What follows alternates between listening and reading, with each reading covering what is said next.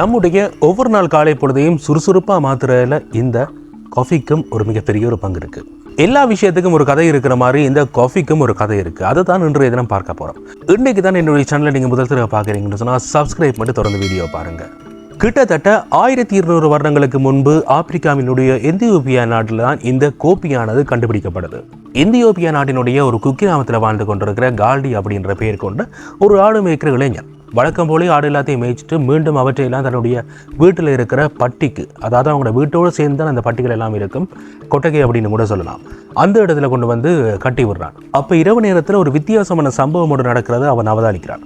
வழக்கமாகவே இரவு நேரத்தில் ஆடுகள் வந்தவொன்னே எல்லாம் நல்லா தூங்கிடும். ஆனால் அன்றைக்கு மட்டும் பார்த்தீங்கன்னு சொன்னால் இரவு ஃபுல்லாக மேன்னு கத்தி கொண்டு இருக்கு. அது மட்டும் இல்லாமல் துள்ளி குதித்து விளையாடி கொண்டிருக்கு. அப்போ இவனுக்கு ஒரு பயம் கொண்டு வந்துட்டு, இந்த ஆடுகளுக்கு எதுவும் வருத்தம் எதுவும் வந்துட்டோம், எதுவும் பிரச்சனையோ, அதால் தான் இப்படி இரவுகளுக்கு முடிச்சு கொண்டு இருக்கிறோம் அப்படின்னு சொல்லி நினைக்கிறான். அடுத்த நாள் பார்த்தீங்கன்னு சொன்னால் வழக்கம் போலவே ஆடுகளை கொண்டு போய் மேய விடுறான்.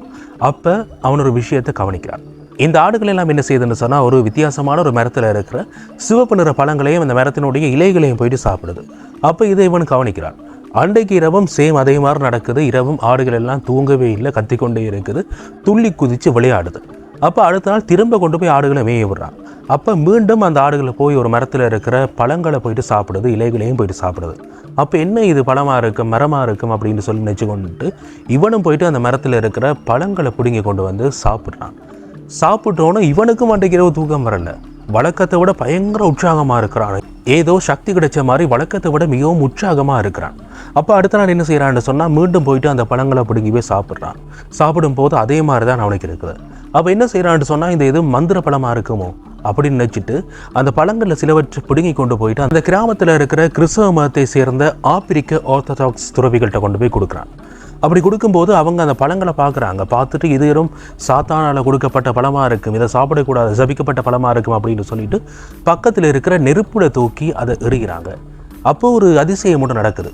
அந்த கோப்பி பழங்களுக்குள்ளே இருக்கிற அந்த விதைகள் இருக்கு இல்லையா, அந்த விதைகள் எல்லாம் நெருப்பில் எரிஞ்சு அந்த வாசமானது அந்த இடம் முழுக்க பரவுது.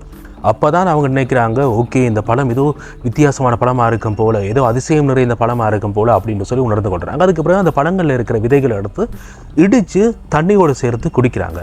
அப்போ தான் உலகத்தினுடைய முதலாவது கோப்பியானது உருவாகுது. அதுக்கு பிறகு பார்த்தீங்கன்னு சொன்னால் அந்த கோப்பி பானமானது உலகத்தினுடைய நிறைய பகுதிகளுக்கும் பரவிச்சு அப்படின்னு சொல்லணும்.